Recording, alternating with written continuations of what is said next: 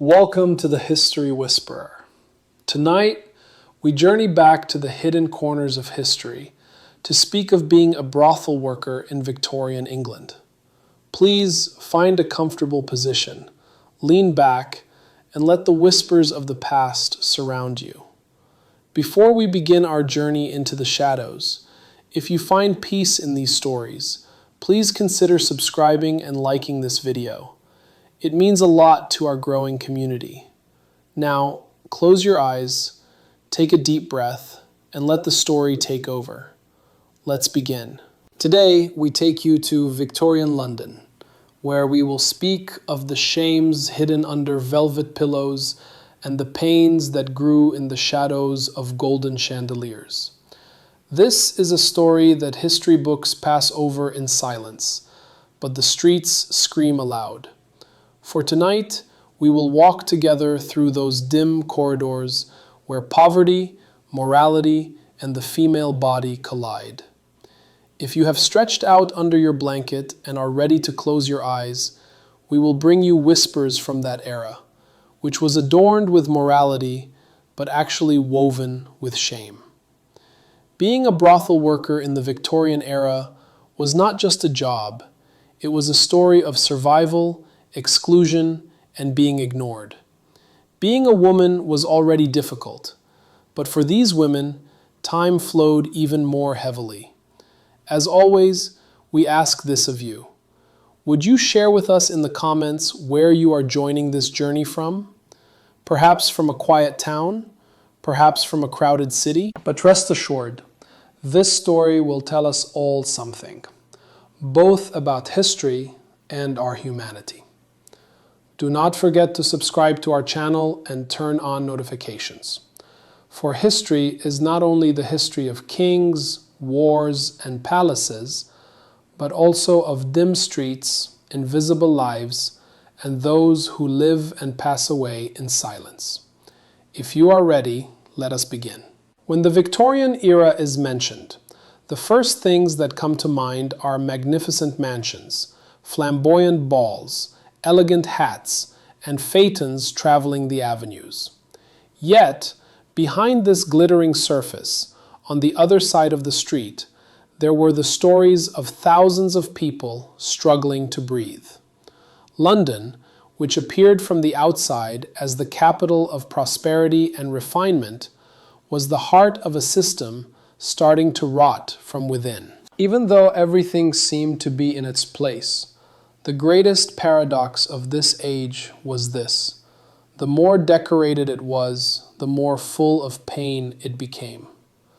19th century London was growing with the engine power of the Industrial Revolution. However, while this growth brought luxury to the lives of an elite minority, it pushed the vast majority of the people into the deepest pits of misery. In the back streets, under the factory chimneys, there were lives spent in damp basements. Women, children, the elderly, all were either working 16 hours a day to survive or trying to live through other means that society ignored. It was in this period that one of the realities most sharply contradicting the moralistic face of the Victorian era was the lives of women working in brothels. These women, disappearing into the shadows under the street lamps, were the silent witnesses of the era's greatest economic and social collapse. While society accused them of immorality, the system had pushed them into this life. There was no alternative, no education, no support. Everything was covered up like a shame that simply must not be seen. In areas like Whitechapel in East London, there was a hidden or open brothel on almost every street. Most of the women were forced to choose this life at a young age, sometimes as children, to provide for their families or to fend for themselves. But this was not a choice. In fact, it was a necessity. Because Victorian morality was only in the shop window, on the street there were no rules, no conscience. While gentlemen and virtuous ladies wandered the surface, other masks were worn at night. According to police records, thousands of women tried to survive by selling their bodies off the record during this period, and each was trying to escape not from society, but from the injustice born within the system itself. Although the Victorian era is portrayed as the golden age of modernization and urbanization, it was actually a period that magnified both the social class chasms and the painful silence of women. Behind the lights, the darkness was deepening further. Therefore, that elegant fairy tale image of Victorian London was perhaps one of the greatest illusions of history. They existed, but they were disregarded. They breathed, they worked. Perhaps they loved, but their names did not appear in history books. Women working in brothels during the Victorian era were one of the most painful realities remaining behind the veil of mist that hid the true face of the period. They were not the women of magnificent castles, but of damp basements, back alleys, and dark street corners. And they were all trying to exist in a life that the system gave birth to and then denied. These women had mostly drifted here, escaping from poor neighborhoods, unemployment, domestic violence, and abandonment. Many had learned about life through womanhood before they had even turned 15. As they stepped through the streets, the stigmas attached to them pushed them outside of society.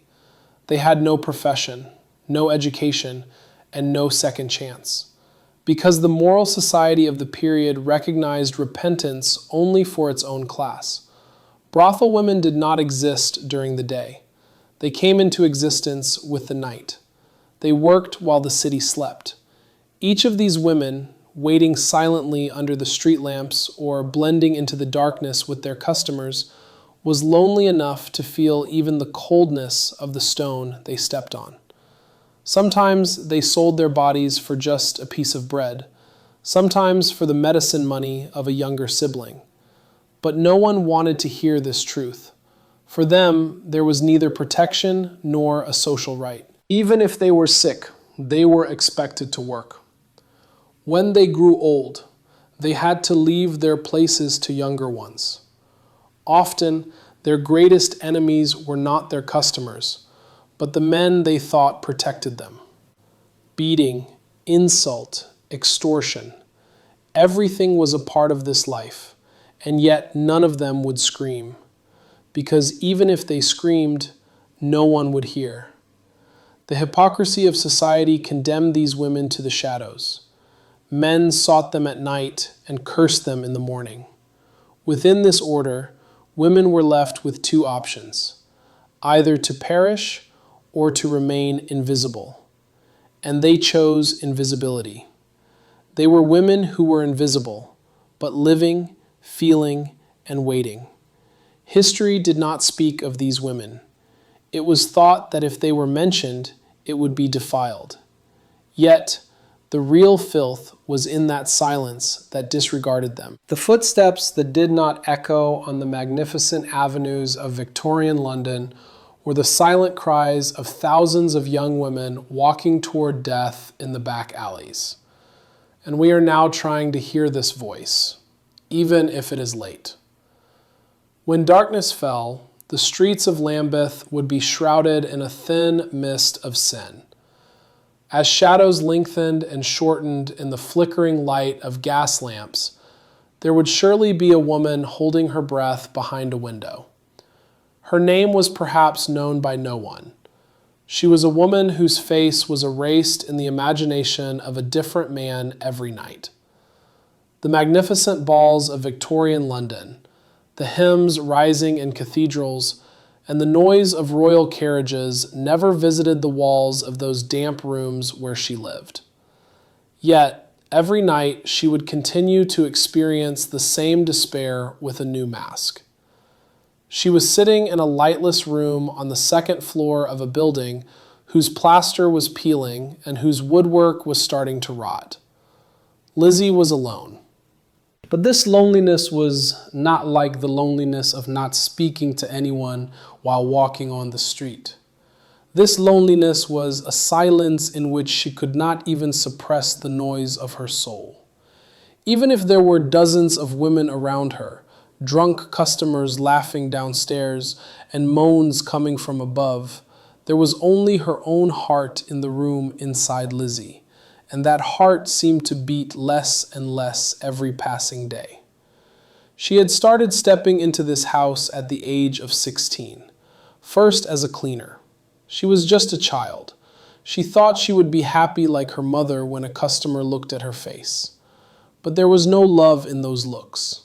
There was hunger, and soon she began to be defiled in the rooms she cleaned. The madam first taught her to be silent, then to smile. Over time, she learned by herself how not to cry while smiling. Lightless rooms, truly lightless Eastern rooms. Even lighting a gas lamp was considered a waste. Therefore, it was intended for men's eyes to get used to the darkness. In this way, women would become invisible. Everything would proceed faster, less humanely, and with less conscience.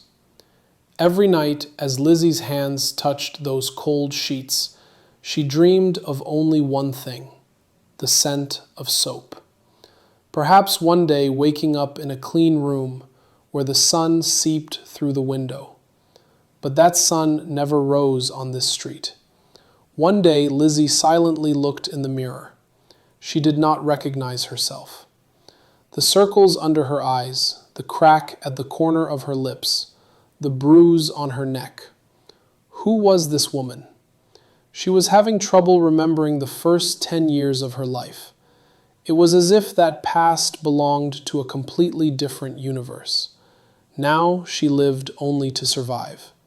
She thought she would never be able to laugh again, never be able to fall in love with a man again, never be able to say, "I am Lizzie," to anyone again, because she was no longer a name, but a number. Every night the madam would write not her name, but the number of men she slept with on the paper.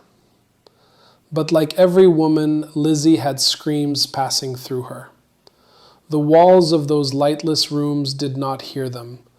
But did God hear? No one was sure. Religion did not visit these houses.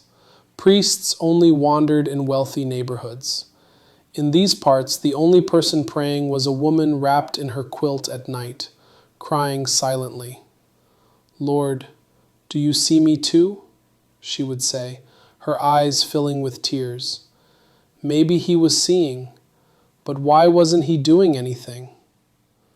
The gray sky of London had never felt so heavy to Lizzie, even in those darkest hours before dawn.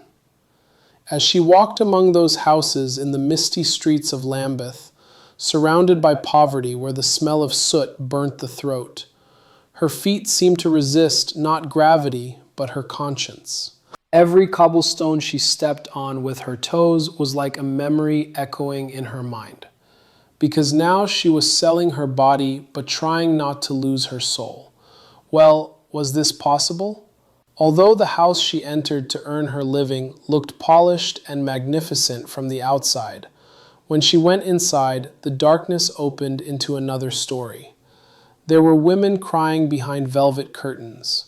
Those waiting in a corner of the hall with their red lipsticks and embroidered corsets were not only customers, but also victims of their own lives.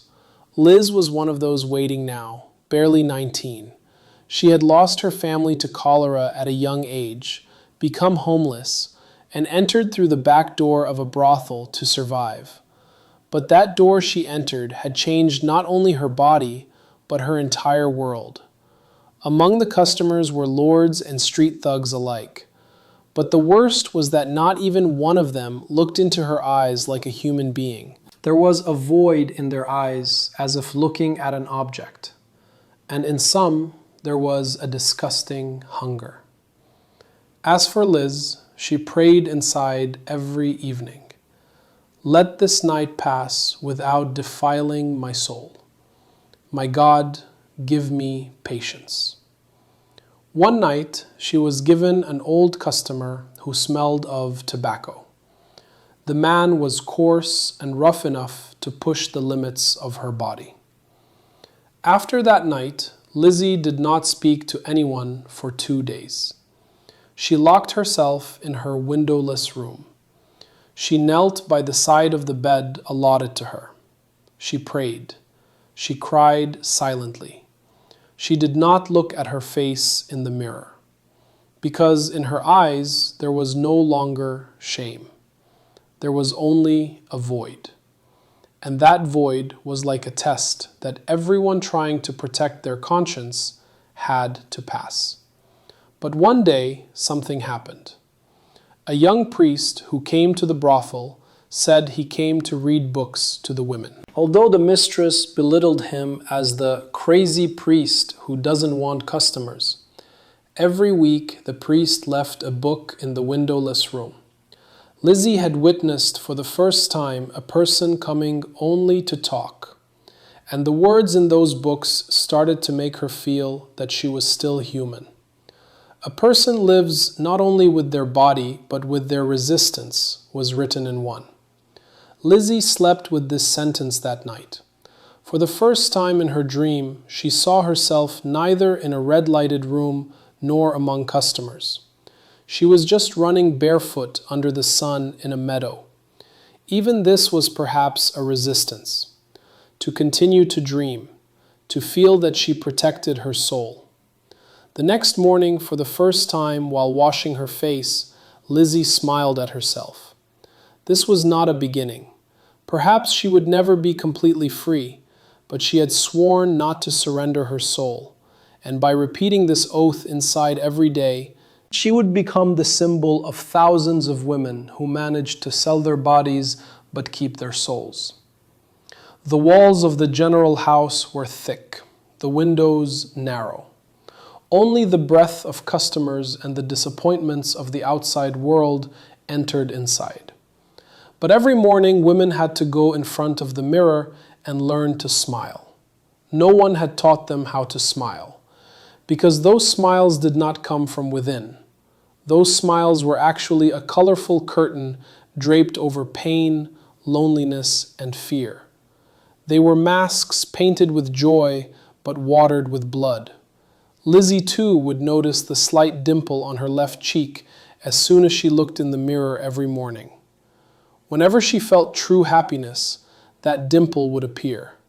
But in recent months, it only appeared at the tip of the makeup brush, because now there was neither real laughter on her face nor an inner joy.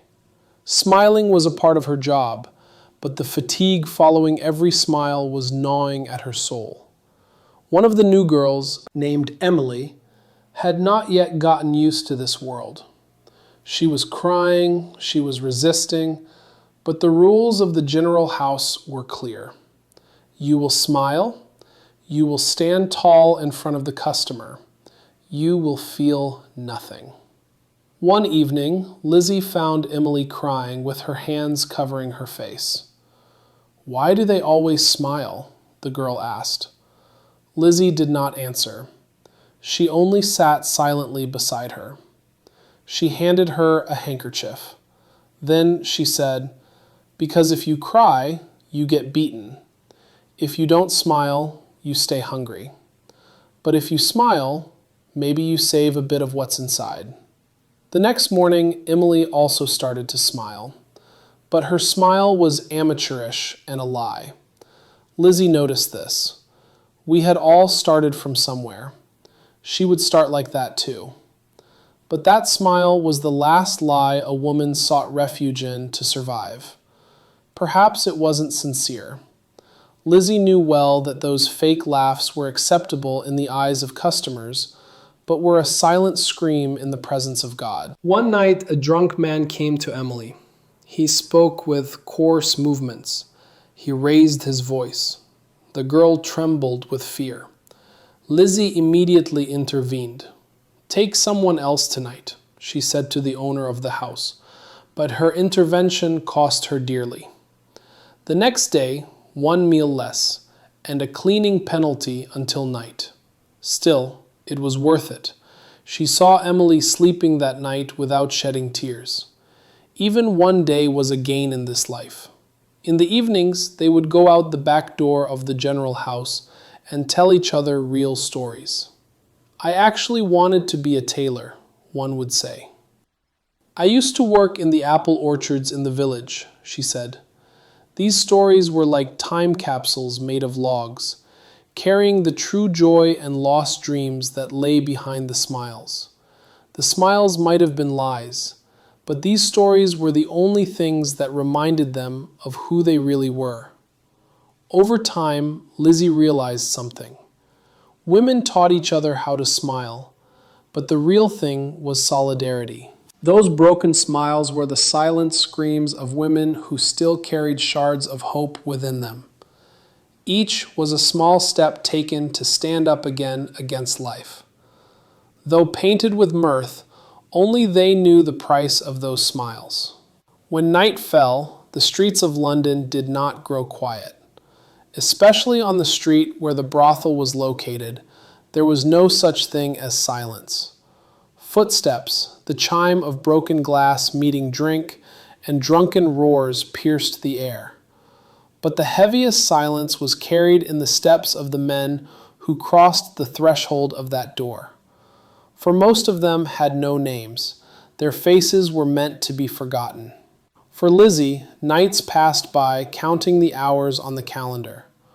Once it struck 9 o'clock, the front door of the brothel would close, and the back door would slide open silently.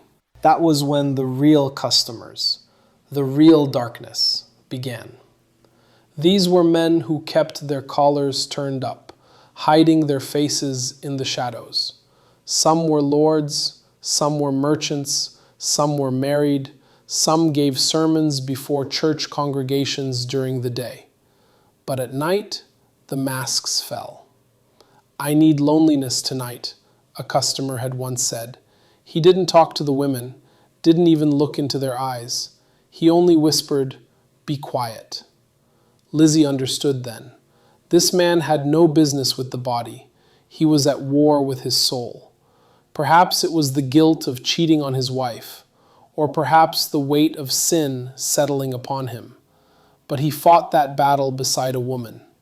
His silence was as cold as a pillow. Some nights, customers were polite. They might even smile.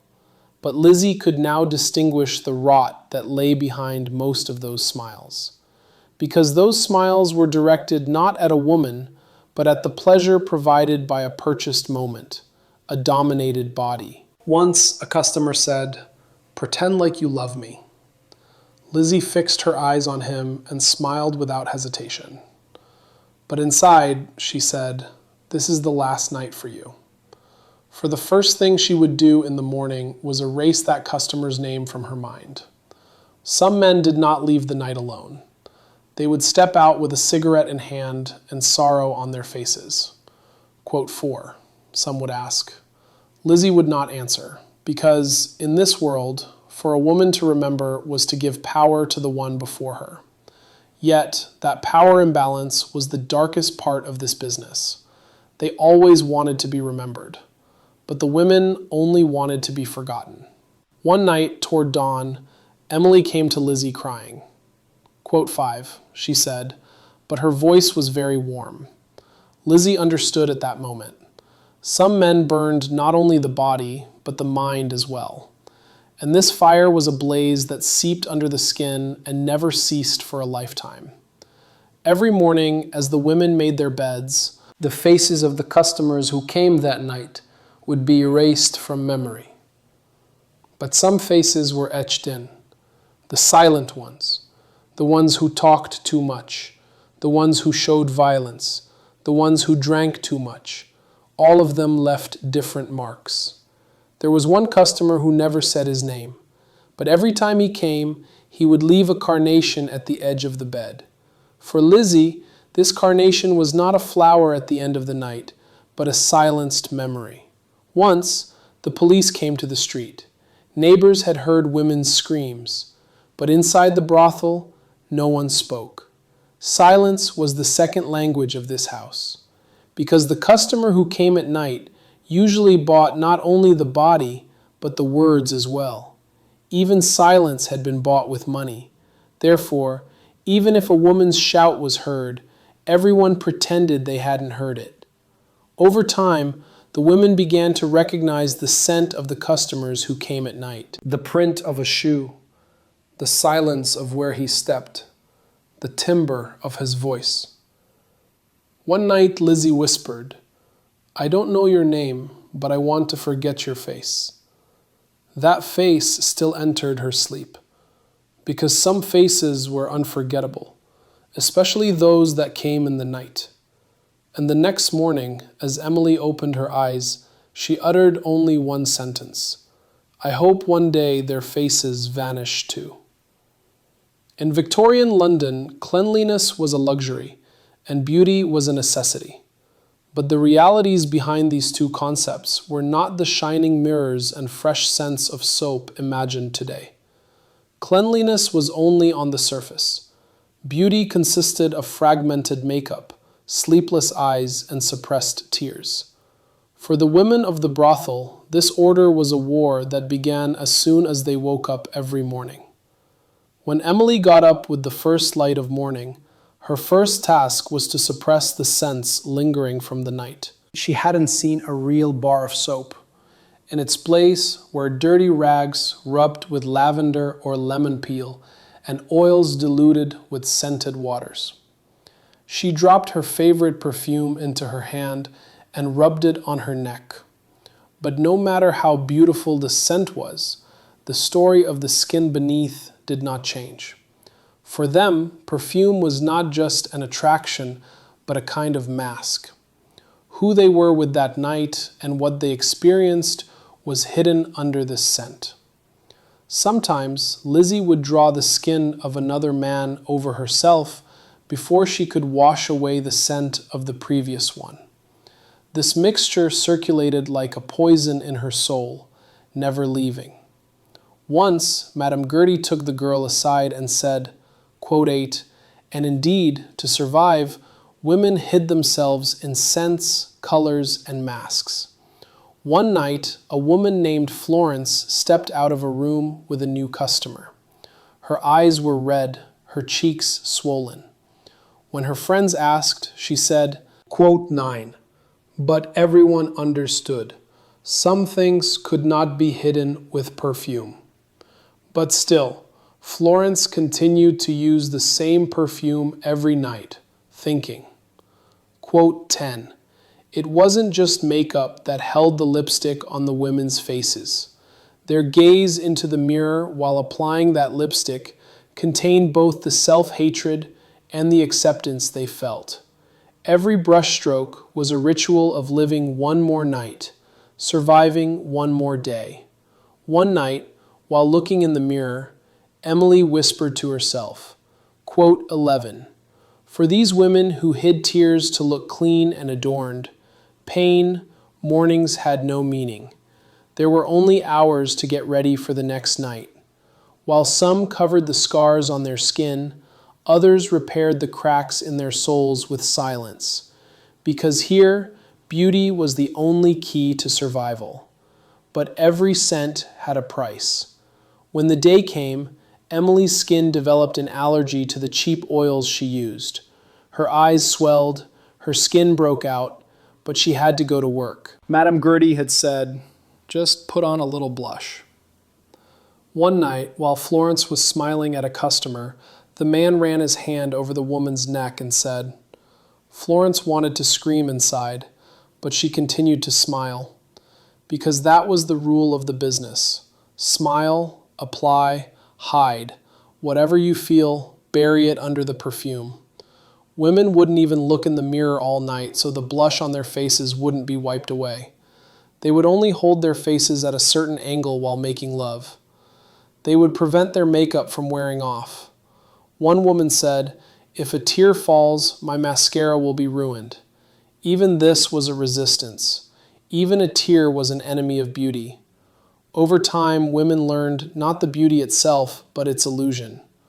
One night, Florence said to Emily, 'I am surprised when I see myself naked, because I don't recognize a woman without makeup, but that is not me.' Sometimes at the end of the night, the scent left behind by customers passing through the door would linger in the rooms of the brothel for hours. Beneath the perfume, there was sweat, pain, blood, and silence. As for the women, they would wait for the morning and paint themselves anew with those scents. Perfume and blood, cleanliness and beauty. A mask applied every night, a self erased every morning. And the women continued to maintain this illusion with the tears they hid within. For a woman, the greatest need for survival was not to be alone. In the dark brothel rooms of the Victorian era, this need was even deeper. Being alone was equivalent to fragility, both against threats from outside and against emotions pulling in multiple directions within. That is why, despite the system's attempts to turn them against each other, these women often established their own small sisterhoods. An outsider might see women sharing the same roof but competing. But inside, there was another reality, a bond woven from common pains and washed with tears. Solidarity. Every new woman would mostly step into this structure with fear and shame. But in a short time, another woman's touch on the shoulder, the offering of water, or staying by her side throughout the night would be the thing that kept her standing. Childhood memories told while combing each other's hair would sometimes bring back the fading warmth of a mother. Because there, every woman was somewhat of a mirror to the other, a reflection of dreams left in the past, broken hopes, and silenced prayers. And therefore, it was easy to understand each other's pain. This understanding would turn into a silently established language over time. Glances that no one outside understood turned into a bridge of compassion that healed all wounds inside. Going to a woman crying in the middle of the night and holding her hand was often the greatest display of courage. Some women had tried to escape before but failed. When the others found a note following a friend who suddenly disappeared one night, they would read it whispering through tears, "I couldn't save myself, but you save yourselves." These words would echo in the memories of those women for years. That is why sometimes even sharing a morsel left over from meals would be a sacred act. More than anything, being kind to one another was sacred. In the back rooms of the brothels, knitting was done, and baby dresses were sewn from old shirts. A dowry chest would be prepared secretly, just in case one day someone escaped this life and got married. Yes, these women still had dreams. The desire to live in a world where everything was normal. The dream of an address where their own names were written on a mailbox. Sitting on a balcony drinking coffee instead of working on mornings when the sun rose. And because of this, hope still circulated from hand to hand within those dark walls. This was a bond of sisterhood, invisible and unheard from the outside. This solidarity among women was not just emotional, it was also practical. There were women who went to work in place of someone who was sick, who revived those who fainted, and who placed cloths under those who were bleeding. They were not just colleagues. In a sense, they became nurses, mothers, daughters, and sisters to one another. Sometimes they would take turns washing their hair in the sink. Sometimes they would keep watch at the door in shifts at midnight, because some men were extremely dangerous. Security was not in the rules of that house, but in the solidarity among the women. Most importantly, it was the sharing of shame. When a woman told a memory of violence, the others would not remain silent. They would listen to her, hug her, and cry with her. Thus, that memory would become the memory of all of them, not just one person. The feeling of loneliness would decrease because shame lightened when shared. As pains were told, they would stop bleeding. That is why those women carried each other's secrets to the grave, because most of the time, only they would tell each other their real names. From time to time, news would come from the outside world, such as news of a woman who managed to escape, got married in another city, and opened a shop.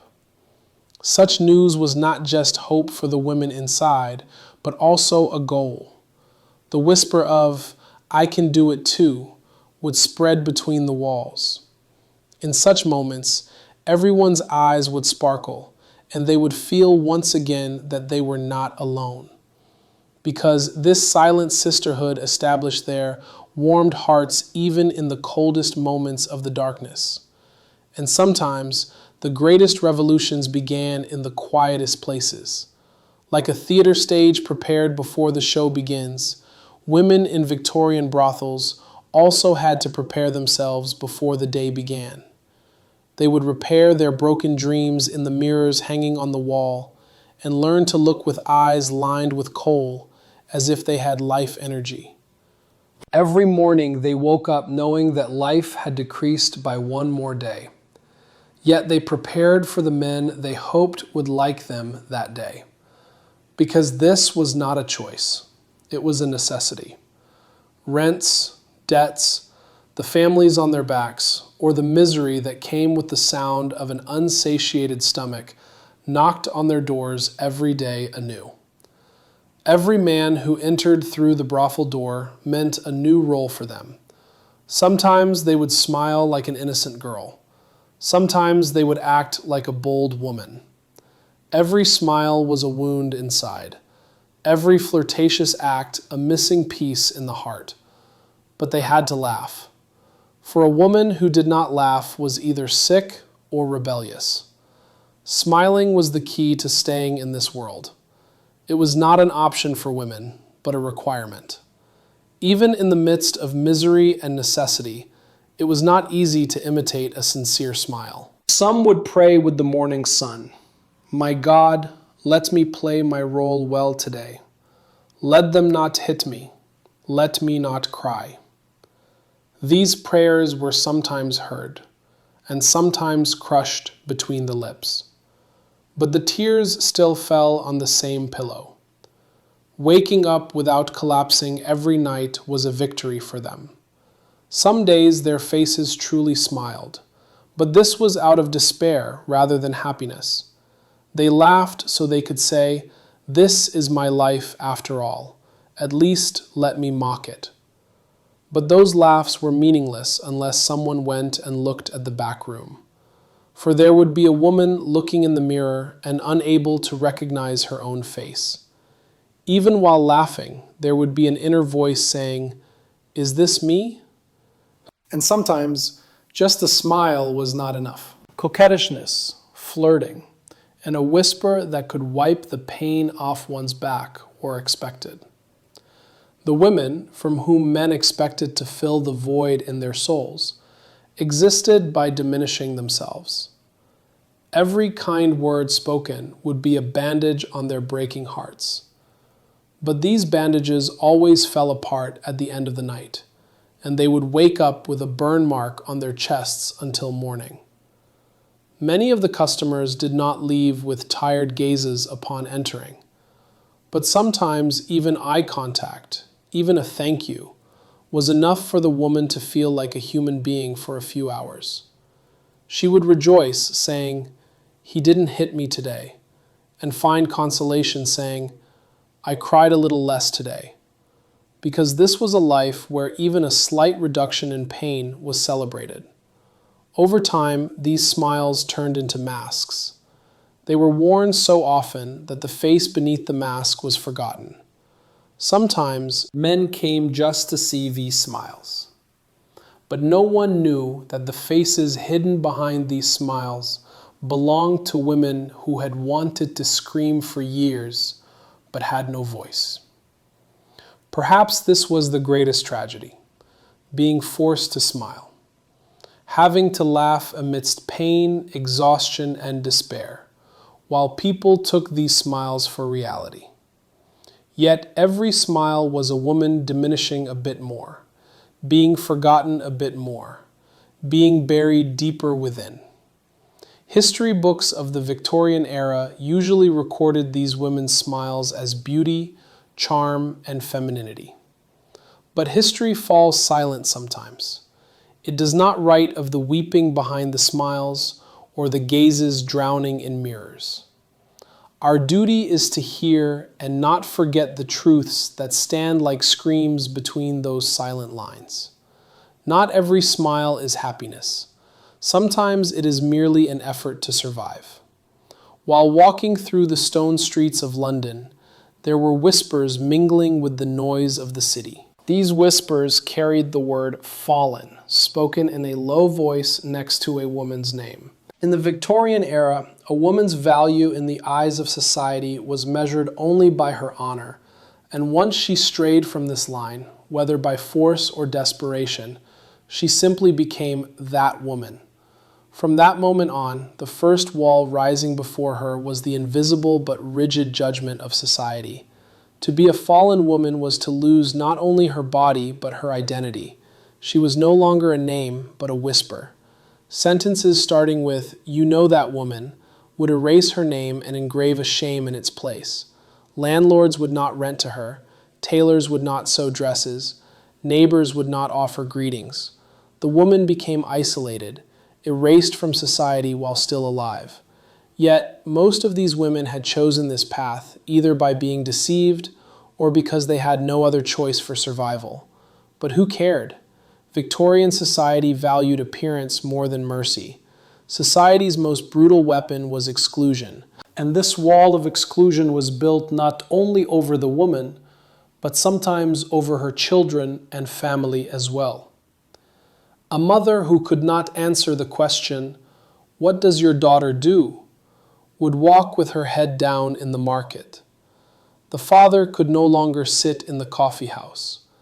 The brother would become an object of ridicule. It was as if the woman's sin defiled her entire family.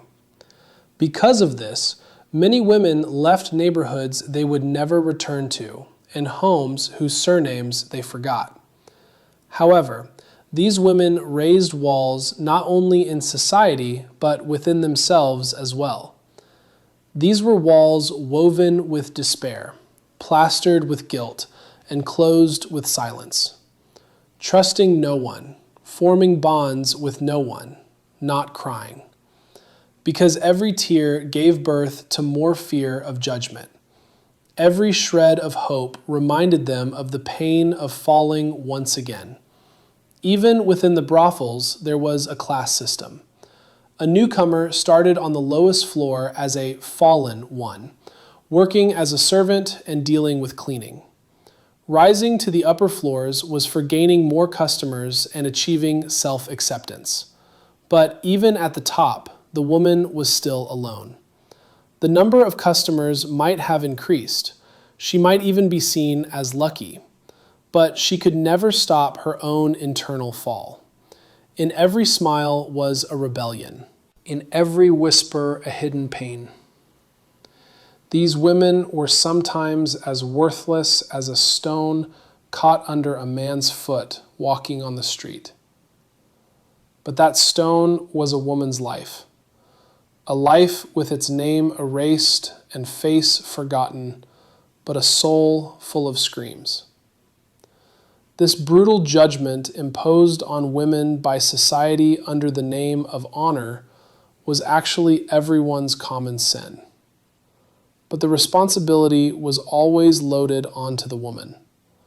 Because as the walls rose, the truths were hidden more easily. It was the first days of spring. The mist had not yet dispersed, settling like a gray weight on the tired streets of London. The Victorian era still lived with ostentation and misery side by side. While horse-drawn carriages on Regent Street passed under the shadow of elegant hats, just a few streets away, a woman was trying to wipe the traces of last night's makeup with an oily rag. Her name was Eliza. Although her eyes still seemed to carry the innocence she had as a child, the curve of her lips was now closed with a line belonging to the instinct for survival, not faith. Eliza was a bit more hopeful that morning because the customer who came to her room at night was different from the others. At least, he had seemed so. He had introduced himself as James. He had a cane in his hand and a gray coat on his back, but his eyes were soft. He hadn't treated her like other men. Instead of chasing after buttons hurriedly undone, his hands had held Eliza's hands. "I must get you out of here first. This is not your place," he had said. Eliza had wept inwardly at that moment. It wasn't the first time she had heard those words, but perhaps it was the first time she wanted to believe. That night, James had acted as if he wanted not just Eliza's body, but her life. While the old candlesticks surrounding the walls of the room cast a flickering light, Eliza remembered the childhood dream she kept hidden in her heart. A house by the sea, a small flower garden, and a husband reading books in the evening. That dream had been forgotten for years behind dirty pillows and closed windows. But James's voice had illuminated that dusty dream once again. As James was leaving the door in the morning, he said, "I will take you next week. Be prepared." Eliza engraved these words inside her like a prophecy. For a week, she smiled less at customers. She climbed the stairs to her room more heavily. Because she was waiting. Perhaps for the first time in her life, time was working in her favor. She didn't tell her friends. Such hopes were not shared, because a shared hope could quickly turn into a mocked dream. When the seventh day arrived, Eliza had woken up in the early hours of the morning. She had put on her cleanest corset and combed her hair carefully. She had applied very little blush to her cheeks because this time she wanted to be simple, not beautiful. James had liked her this way. She sat by the iron railing of the window until noon. Then the sun set, and the street lamps were lit. The bells of the prostitutes began to ring again. But James did not come. When it was midnight, Eliza was still waiting. She was neither shedding tears nor feeling resentful. She was only staring into the void. Because the real destruction was not that James hadn't come. The real destruction was that Eliza had hoped nonetheless. That hope had opened a window for the first time in the walls she thought were indestructible. But the window hadn't brought a breeze. It had only let the cold in.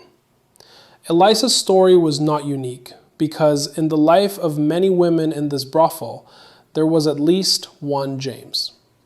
They were all slightly different, but their ends were always the same.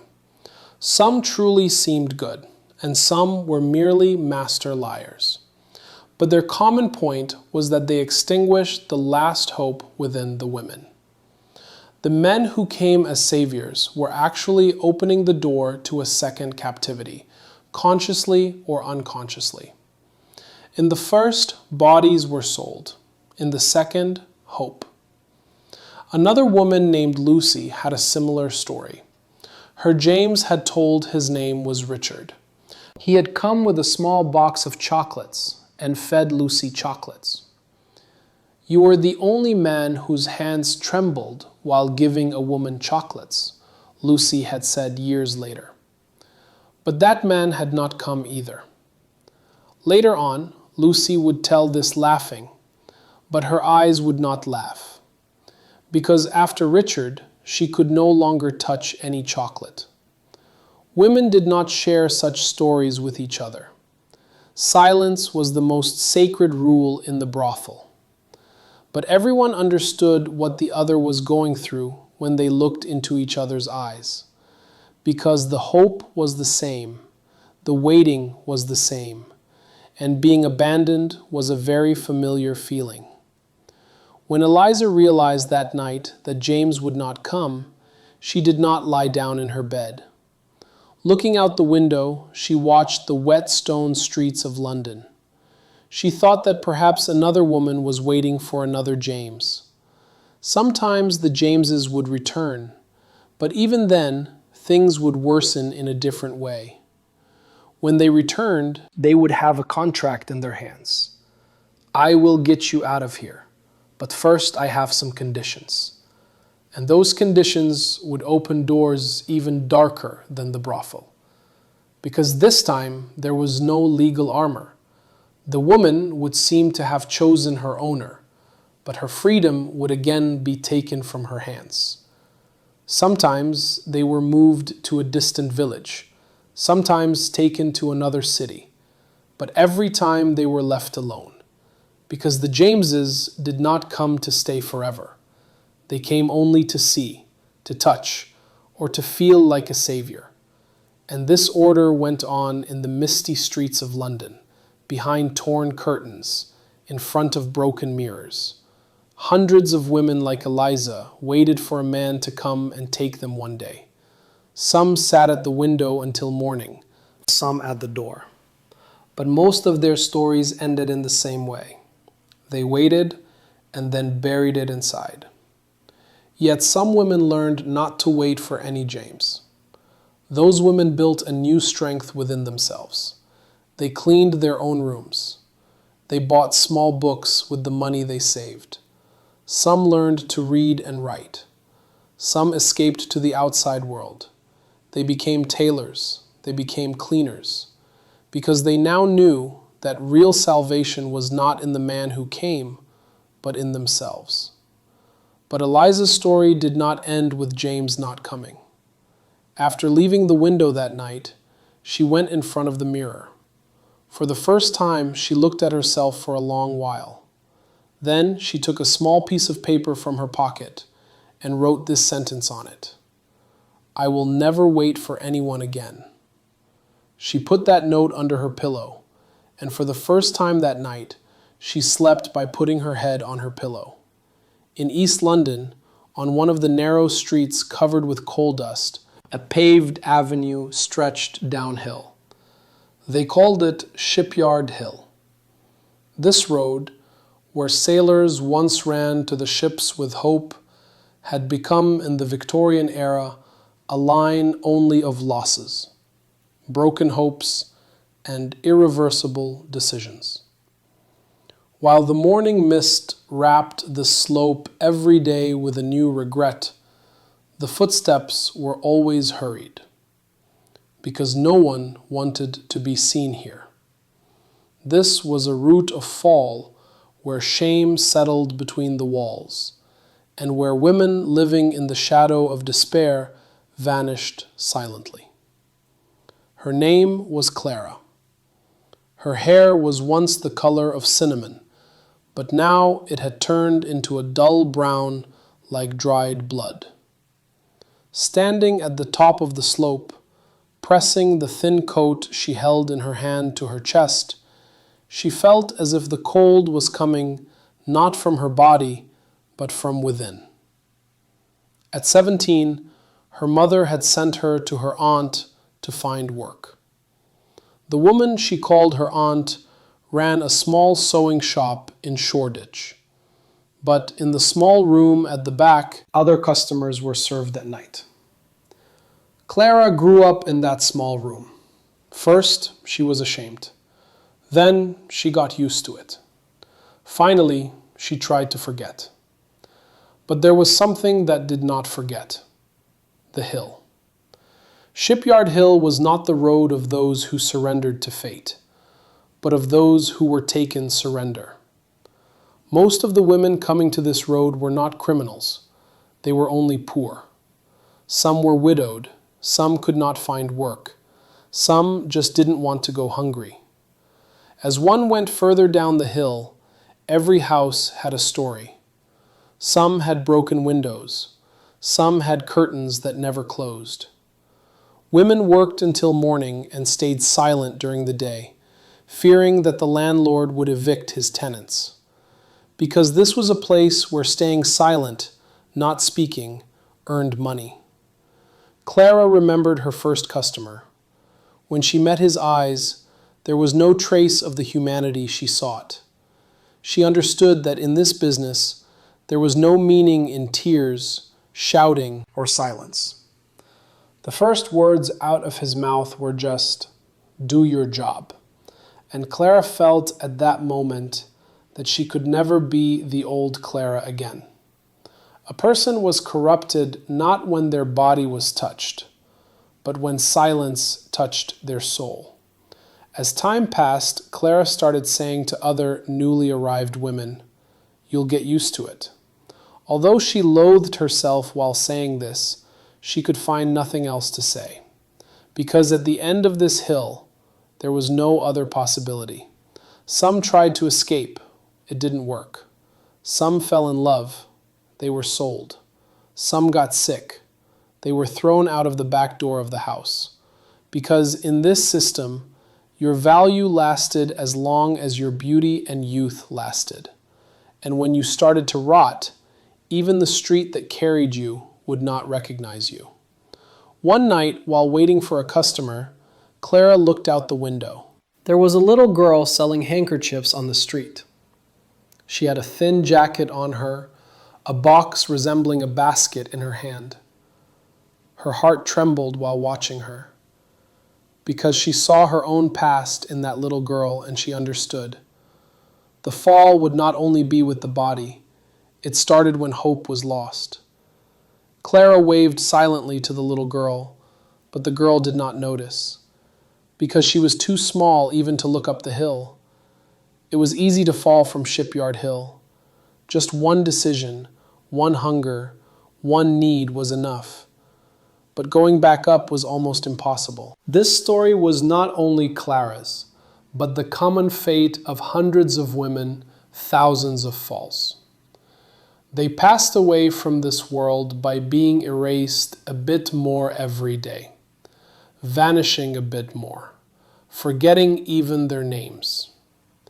Some of their stories remained, most of them only their shadows.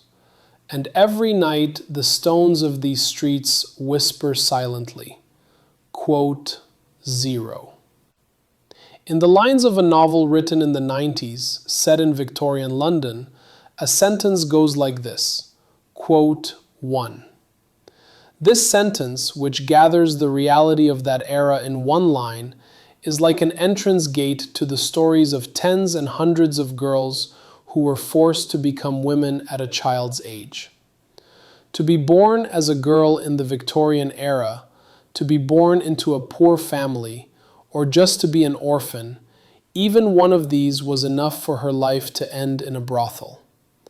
Being a child in that period did not carry the meaning of innocence, play, or protection as we mean it today, but meant burden, exploitation, and usage. While families often could not feed their children, opportunists knocked on the doors of these dim houses and took little girls into service under the mask of help. There was often no need even to explain what this service was, because the families, the society, and even sometimes the girl herself had accepted the nature of what would happen. While the pale light seeping through the dust-covered window panes illuminated the corner of the room, the woman inside wakes up in the first silence of the morning.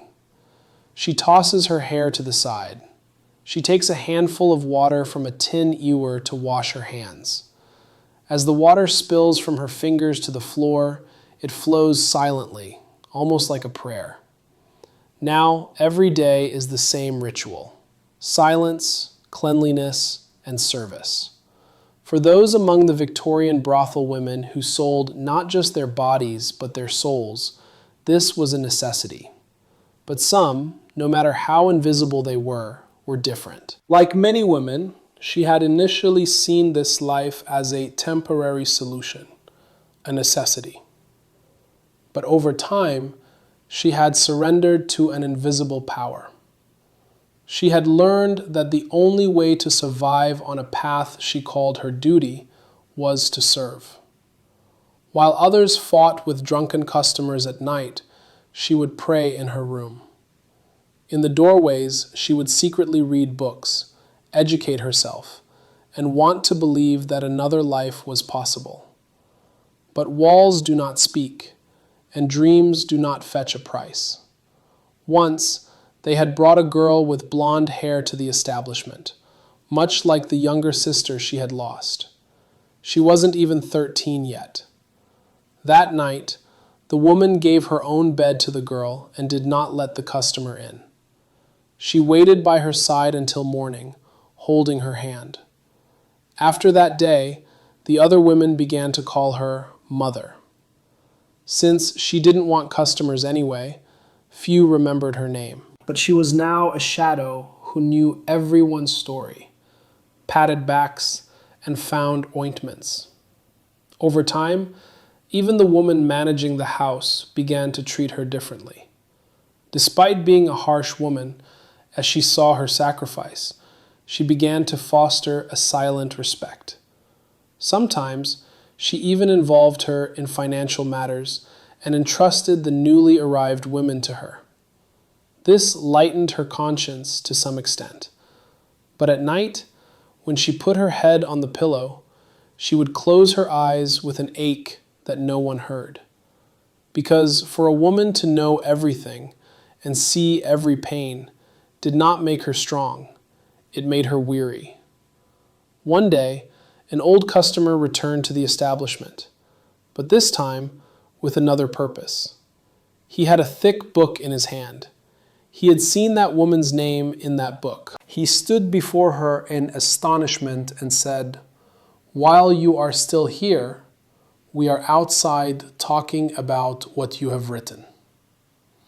It turned out that over the years, the woman had written letters and sent them away, hoping to reach someone with her life and the stories of others. One of those letters had reached a journalist, then became a book, and then became a subject of debate. But the woman never saw those books. Because she was still in the same bed, at the head of the same ewer, in the same prayer. She continued to serve silently and carry the burdens of others. Neither a statue was erected for her, nor was her name written anywhere. But she was one of the quietest revolutionaries of that era. Because sometimes it is possible to defend human dignity without shouting. The door creaks open. The young girl taking her first step inside does not even feel the ground she steps on. Her mind is occupied more with the uncertainty before her eyes than the wooden floor beneath her feet. Just a few hours ago, she had left while looking into her mother's eyes, blending into the misty streets of London, saying she would find work. Yet now, with a small bundle in her hand, she was being led through this house whose damp walls smelled of mold, without even understanding what was happening. At that moment, she was directed to the marked room of the brothel. The first scratch on the sketch of fate was made at exactly this point. That was the name of the room, the marked room. Everyone who knew the place understood from this room which direction a woman would be swept. If you entered that room that night, a return was hardly possible. That room was both a place of testing and a place of destruction. To an outsider, only a worn-out bed, a broken table, and a gas lamp emitting a flickering light in the corner could be seen. But inside, moments occurred that determined how a life would take shape. Before the newly arrived girl was taken into the room, she would be kept waiting silently to the side, subject to the gazes of the other women. Each would scan those eyes with the weariness of another life. Some would feel pity, some would be jealous. Some would remember their own youth and avert their eyes. But none would say anything. Because in this story, everyone was silent, especially those who cried. Every girl entering was not actually left alone. One of the women, usually called mother, silent but knowledgeable, would accompany her. Before this woman closed the door of the room, she would say, "The first night is hard, but morning will come." The words were not just a consolation, but an acceptance of a reality, because seeing the morning in that room was the beginning of transforming into a woman who would never hope again. What happened in the room throughout the night rarely leaked beyond those four walls. But the next morning, if the sparkle was missing from the young girl's eyes, everyone understood that she was now like the others. Joy, dreams, and resistance would have long been extinguished within her. From that moment on, she would no longer have a name, only a turn. Number 2, corner bed. They called her the newcomer. They would recognize a person's place only by their body. Some nights, whispers would circulate among the girls. "That little one who came yesterday couldn't even cry." Or, "Not a single word came out of the marked room until morning." That silence was what was feared most. Because sometimes screams are good. They show that you are resisting. Silence, however, is acceptance. And acceptance was the greatest loss in this house.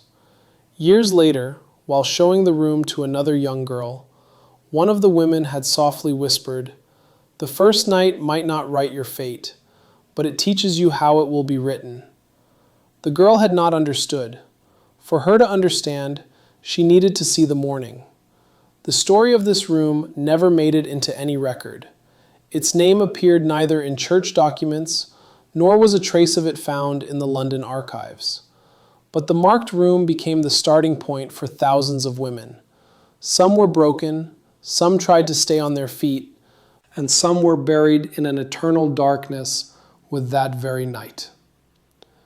One of the things that surprised the newly arrived girls most was how little sound was actually heard in this crowded house. Thick walls, heavy curtains, and silent corridors. But there were also whispers, silent sentences spoken through door gaps, from under beds, or while looking away from the mirror during a bath. Because here, the knowledge of survival was passed on not loudly, but through whispers. Those whispers were actually like a language, a silent teaching consisting of unwritten but lived rules that women passed to one another. Such a teaching that an outsider would never understand, but for those inside, it was a life guide. These rules told of the ways to stay on one's feet without being broken, pushed, or beaten, and only women knew them. Only women taught them. The first rule was always the same: stay away from gazes. If a newly arrived girl looked into a man's eyes, that night could pass differently. Therefore, most women had learned to look at the wall, not the customer. Sometimes this was not just out of shame, but for physical safety. Because meeting eyes was an invitation for some, and a challenge for others. Both were dangerous. The second rule: do not be an enemy to the other women. Here, everyone shared the same bed with their enemy. But the real enemy came not from within, but from outside the door. Therefore, solidarity among women was the most precious thing. If one fell, they all shook. That is why offering water to someone crying, or silently leaving a handkerchief, was the first step of survival. No one would say, "my sister," out loud, but when they met eyes, they understood each other. Because this life was one where even a slight reduction in pain was celebrated. Over time, these smiles turned into masks. They were worn so often that the face beneath the mask was forgotten. Sometimes men came just to see these smiles. But no one knew that the faces hidden behind these smiles belonged to women who had wanted to scream for years, but had no voice. Perhaps this was the greatest tragedy, being forced to smile, having to laugh amidst pain, exhaustion, and despair, while people took these smiles for reality. Yet, every smile was a woman diminishing a bit more, being forgotten a bit more, being buried deeper within. History books of the Victorian era usually recorded these women's smiles as beauty, charm, and femininity. But history falls silent sometimes. It does not write of the weeping behind the smiles, or the gazes drowning in mirrors. Our duty is to hear, and not forget the truths that stand like screams between those silent lines. Not every smile is happiness. Sometimes it is merely an effort to survive. While walking through the stone streets of London, there were whispers mingling with the noise of the city. These whispers carried the word fallen, spoken in a low voice next to a woman's name. In the Victorian era, a woman's value in the eyes of society was measured only by her honor, and once she strayed from this line, whether by force or desperation, she simply became that woman. From that moment on, the first wall rising before her was the invisible but rigid judgment of society. To be a fallen woman was to lose not only her body but her identity. She was no longer a name, but a whisper. Sentences starting with, "You know that woman," would erase her name and engrave a shame in its place. Landlords would not rent to her. Tailors would not sew dresses. Neighbors would not offer greetings. The woman became isolated, erased from society while still alive. Yet, most of these women had chosen this path, either by being deceived or because they had no other choice for survival. But who cared? Victorian society valued appearance more than mercy. Society's most brutal weapon was exclusion, and this wall of exclusion was built not only over the woman, but sometimes over her children and family as well. A mother who could not answer the question, "What does your daughter do?" would walk with her head down in the market. The father could no longer sit in the coffee house. The brother would become an object of ridicule. It was as if the woman's sin defiled her entire family. Because of this, many women left neighborhoods they would never return to and homes whose surnames they forgot. However, these women raised walls not only in society, but within themselves as well. These were walls woven with despair, plastered with guilt, and closed with silence. Trusting no one, forming bonds with no one, not crying. Because every tear gave birth to more fear of judgment. Every shred of hope reminded them of the pain of falling once again. Even within the brothels, there was a class system. A newcomer started on the lowest floor as a fallen one, working as a servant and dealing with cleaning.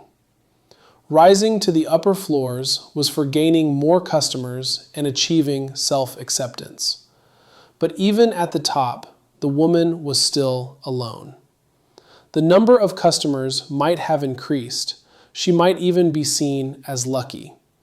But she could never stop her own internal fall. In every smile was a rebellion. In every whisper, a hidden pain.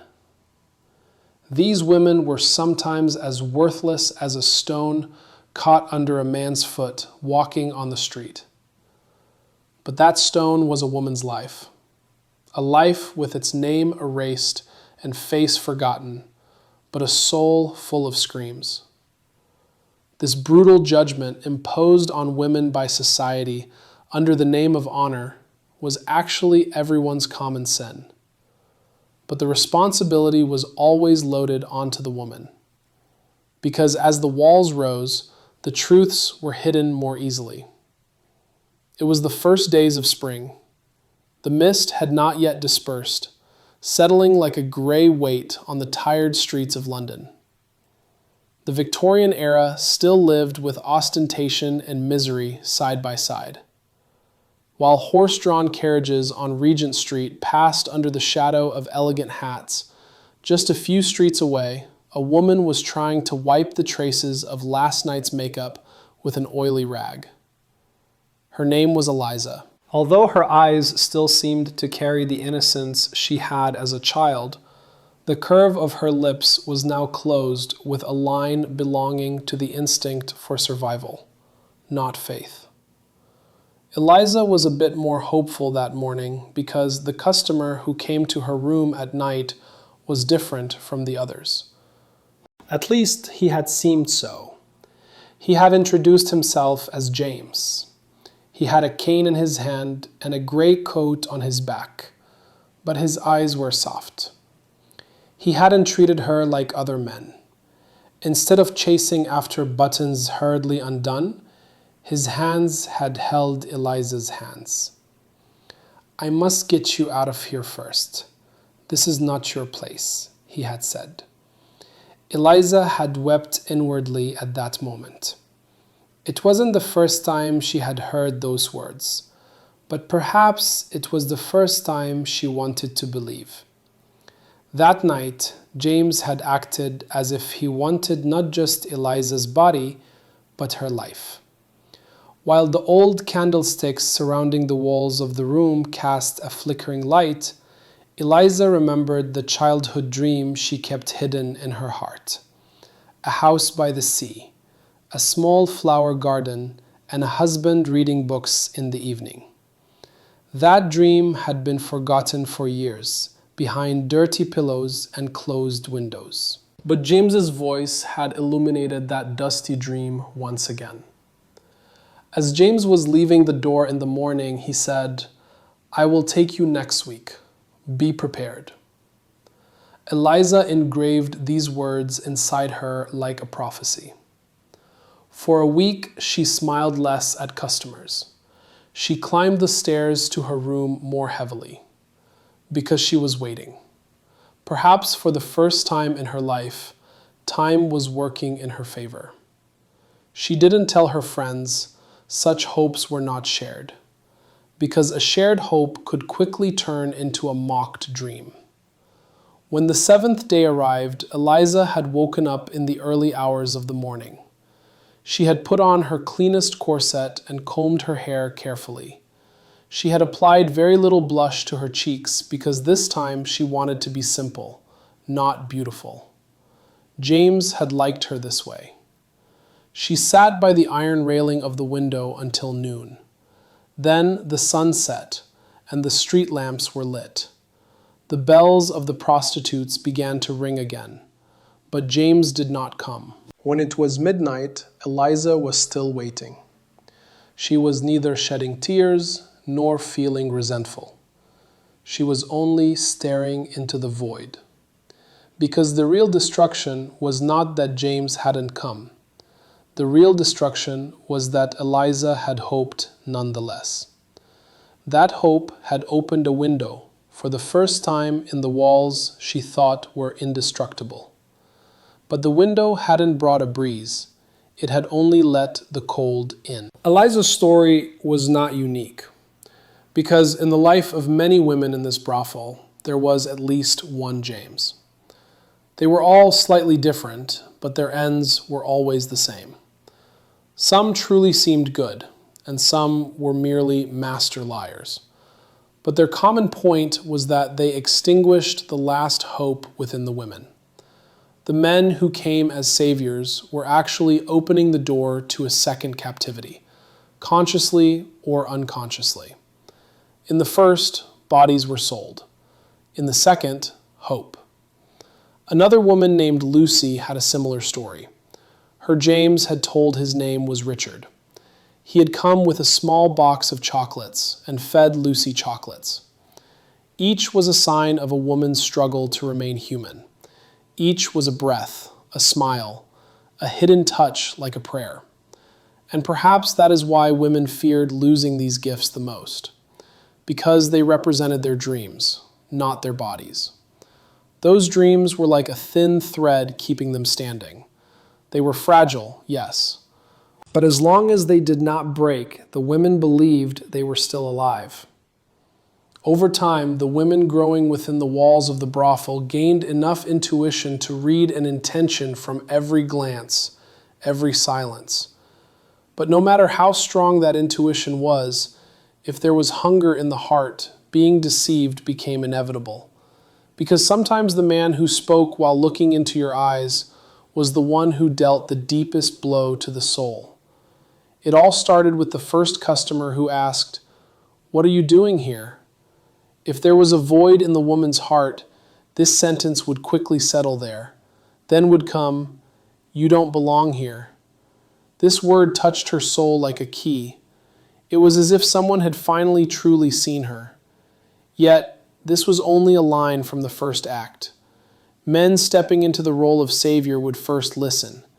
Being someone who listens was a miracle in itself for the women there. Because everyone spoke, everyone wanted, but no one asked, "How are you?" When a man asked and acted as if he cared about the answer, the woman would begin to open the shadows of her heart. Some would read poetry.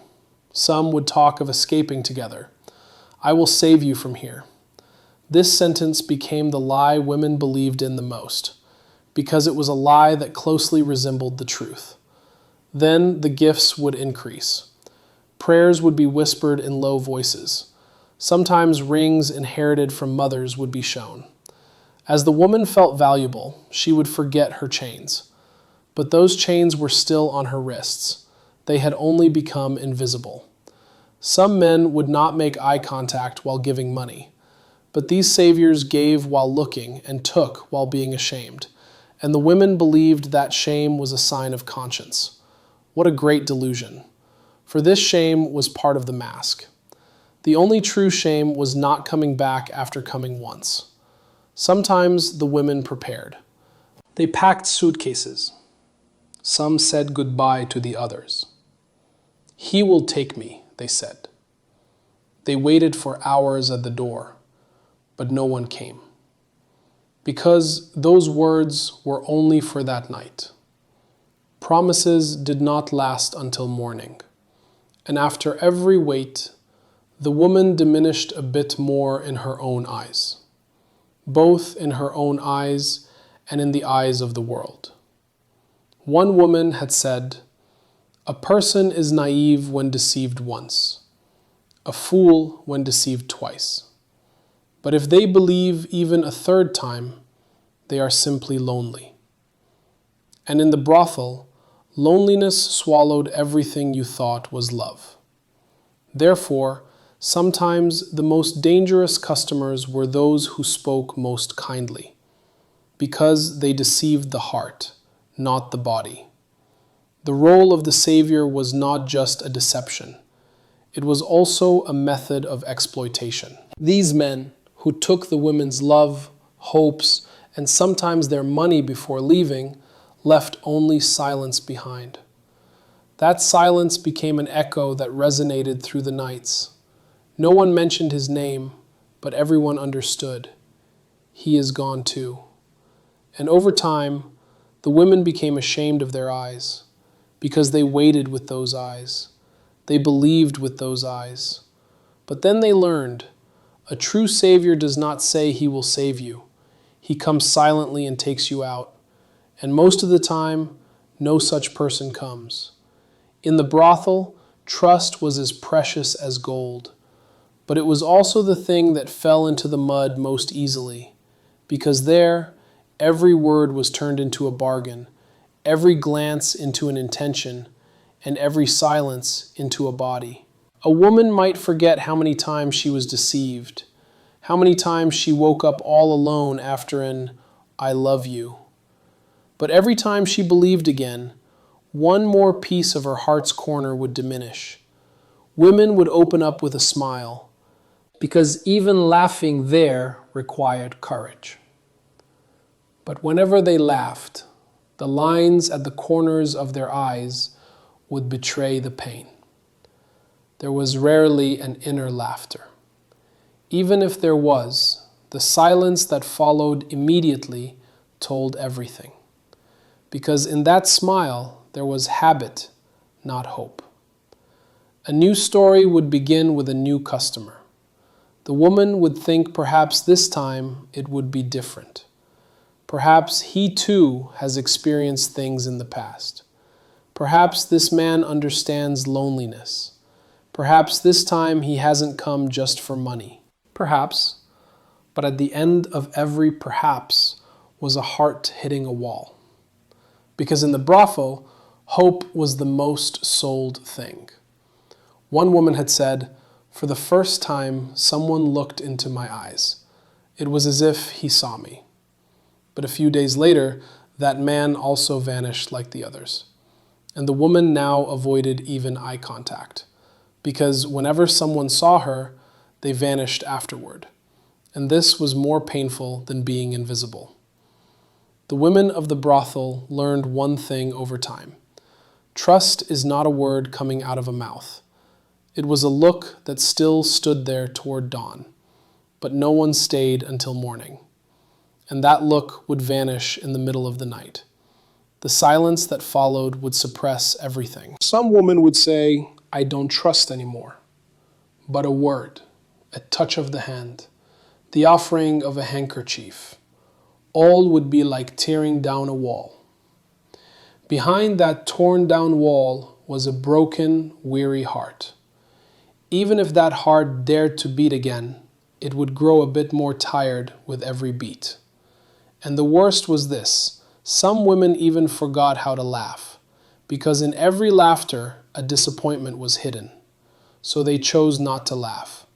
But inside them, a hope, a child still remained, because deep down they still wanted to believe. Perhaps one day someone comes and doesn't even wave while leaving. They just stay. But the walls of the brothel fought against hope. Every morning those walls rose a bit more, thickened a bit more, and the woman became unable to step out of herself. Whether she laughed or cried, that wall was there. Because when trust is broken last, a person first doubts themselves. Am I too naive? Did I believe too much? She would keep asking. When a woman sighed silently while smiling, that collapse carried the traces of all the lies, all the departures. Because no matter how strong they were, the women in the brothel were broken most from the inside. And these breakages were invisible, but they were felt in a blink, in the fixing of hair, in the trembling of a hand. Over time they learned, trust isn't given, it's earned. But on that street, no one wanted to earn it. Everyone only took. And when women lost trust, they lost themselves most of all. On the slopes of Tofan, there was a small window covered with iron bars, a window through which it was possible to see the outside from within, but difficult to understand what was happening inside from the outside. Behind this window, the same eyes waited every morning, a woman's eyes, those deep, silent gazes that once resembled her mother's, and then became difficult to recognize in the mirror. Every morning, the woman would approach that window. Her eyes would watch the horse carriages passing up the slope, the baker opening his shop, the market women walking with baskets in their hands. They would all pass and go, but her steps would always freeze on the same stones. She would look from the same place every day, but could not wake up to another day, because that was the place where time froze. That window was the closest yet most unreachable form of freedom. Woman sometimes waited for only a breeze, the voice of a child from outside, the chirping of a bird, or perhaps the shout of an old street vendor. For her, the sounds of the outside had turned into a medicine for survival, because the inside consisted of the endless cycle of the same day. Customers arriving in the morning, weary women blending into sleep at night, bloody handkerchiefs, and hushed prayers. Escape? Of course, she would think of it. Like every woman, the dream of escape had become the most common silence in the brothel. Everyone wanted to escape one day, but no one knew how. Because the dream of the outside was beautiful, but its reality was harsh. Some of those who left were caught. Some were found in even worse places. Some were never found at all. Perhaps they had saved themselves. Perhaps the women dreamed of escape. But those dreams came at night, not during the day. Dreams of a boat gliding on the sea as eyes closed, or a horse racing toward the forest. The first thing done upon waking was to look at the window. But there was still a bar there, and even if the sun filled the room, morning would never truly come inside. One day, a woman thought of hanging a note on the window. She wrote, "I am here," on a piece of paper, but then tore it up. To whom would she call out? In a place where everyone remained silent, what use was a whisper? So she too kept quiet. She swallowed the note. She buried it within, because women lived there by swallowing their dreams. That window did not just show the outside. It also reminded them of the walls inside. The woman would count those iron bars anew every day. Perhaps one day one would loosen. Perhaps one would rust. But nothing ever changed, because those walls were built not only of stones, but of fear, shame, and oblivion. Was escape possible? Perhaps, but what if they returned? Or what if they were caught before they could flee? This is how the women thought, because one step outside could be the beginning of another hell. That is why some never looked out the window at all. Seeing it hurt more, made them long more, broke them more. But some attached a meaning to that window. A woman would say there every morning, "Maybe today he will come." Who? It was unknown. Perhaps a sibling. Perhaps an old lover who had not forgotten. Or perhaps someone who had never existed. But that is hope.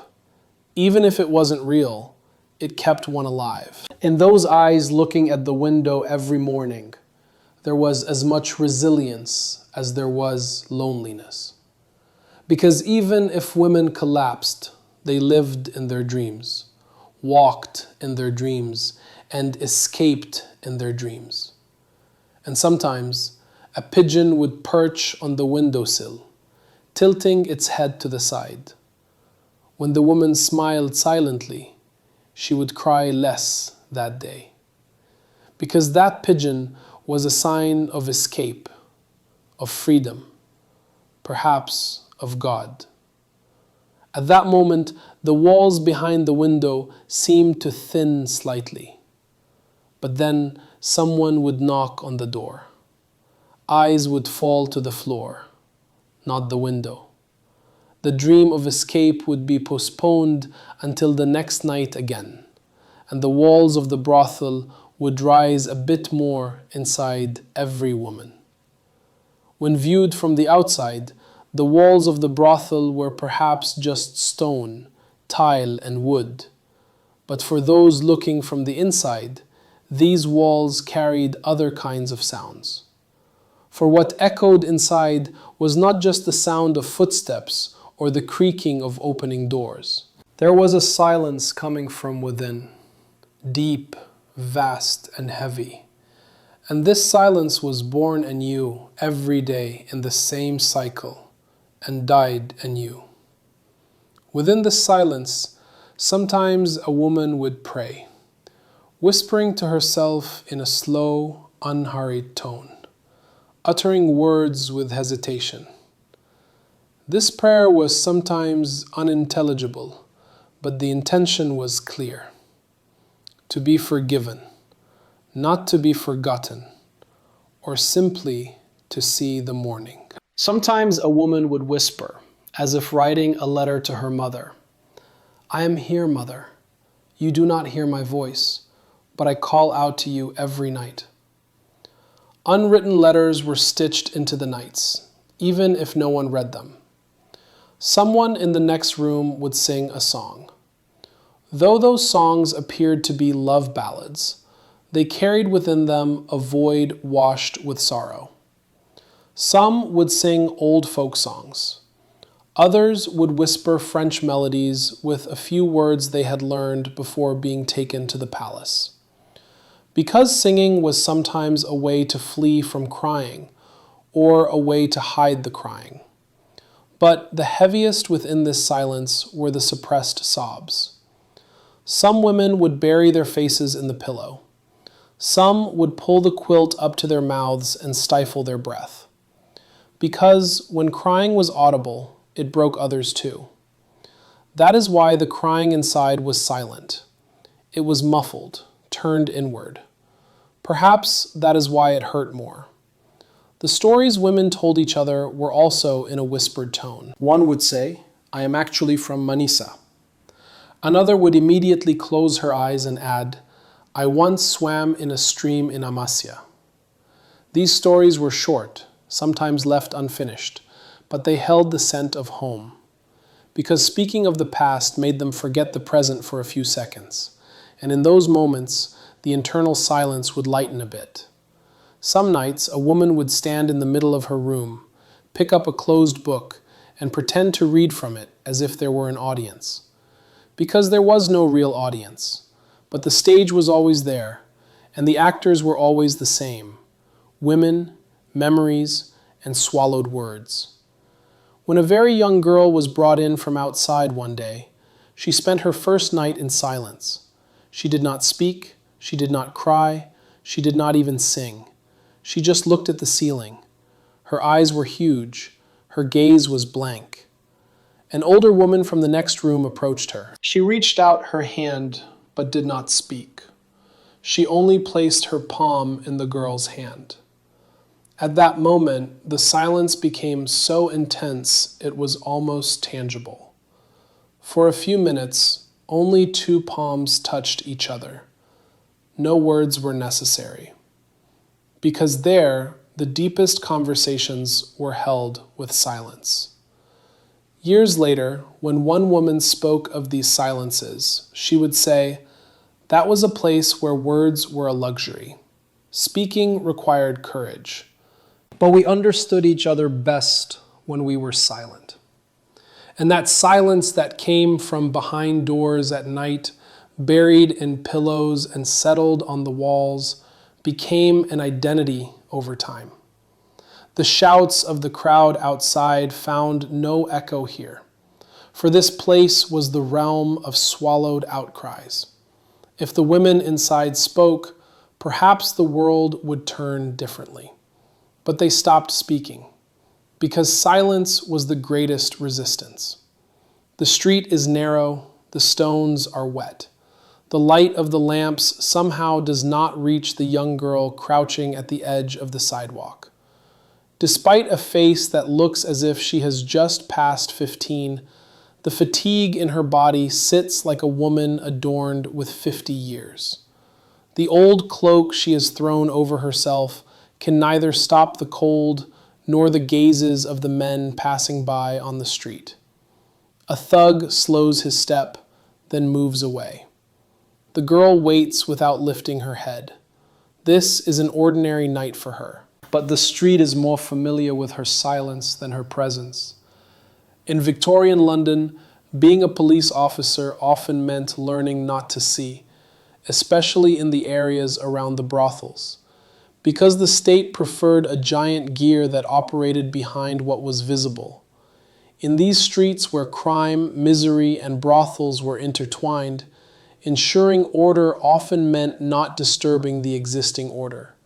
For many police officers, looking into the eyes of the girls meant noticing things they were not supposed to see, and this was contrary to their job description. When they did stop someone, it was often nothing more than a warning, because to stop them meant clogging the system. Yet the system flowed in this way, and the city breathed in this way. The state was the most silent partner in this cycle. Everyone knew something, but no one raised their voice. Who knows what you did to make the man angry? I wish you were sick. At least then I wouldn't be treated like a human being.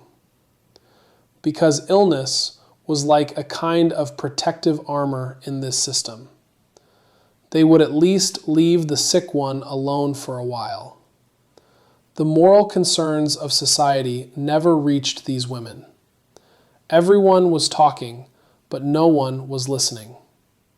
Once, a group of young girls stood in front of the brothel and shouted at the passing customers, "Aren't you ashamed?" The men stopped and smiled. Then they went inside, because being ashamed was only necessary for others, not for themselves. Over time, the streets grew even darker. Lamps were lit, but there was no light in anyone's eyes. Women became more silent, because making a sound meant drawing attention.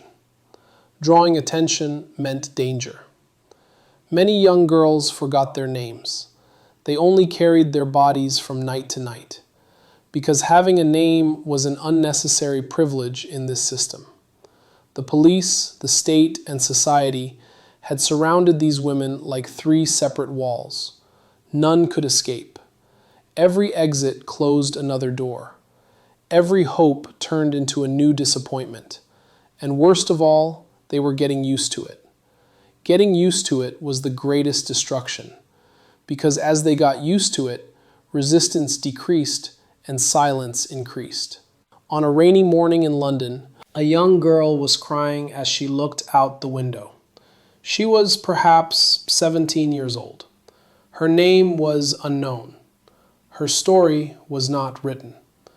But her tears were the silent witnesses of this centuries-old darkness. The police were waiting at the head of the street. The state had archived her file. Society had turned its eyes the other way, and the girl murmured for the first time that morning, "When the doors close, only darkness seeps in." The darkness had not yet settled, but the language of the streets had fallen silent. The sky was gray, a color resembling the old stones of Topkapi Palace. The back door of the brothel creaked open as usual. The girl emerging wrapped the faded dress she wore tightly around her body. Then, taking swift steps, she plunged into the narrow street. Her name was Eliza. At least, that's what she called herself. That name her mother called her as a child had long been forgotten. Today, there was only Eliza. And Eliza was going to escape tonight. Everything was planned. 2 days ago, she had engraved in her mind the sentence she heard from a drunken customer. "The goods going to Portsmouth set out at night." If she could sneak into one of the caravans on the road to the harbor, maybe she could get away from there on a ship. Maybe to France, maybe to another country. It didn't matter where. As long as she could wake up to a morning without the shadow of these damp rooms, the crying of her sisters, and waiting for hours behind doors. She wasn't running. It would draw attention. She was walking, but fast. In her hand was a small cloth bag containing a slice of stale bread, a few pennies, a rusty needle box left from her mother, and a torn handkerchief. That was what truly kept her on her feet, because in the corner of the handkerchief was a sentence embroidered. Every morning is another possibility. Her eyes would fill with tears whenever she remembered this sentence, but she could not allow them to fill tonight. She could not see. She should not be sad. She could not slow down, because once this city caught you, it would not let go again. And today Eliza wanted to believe that London would let her go.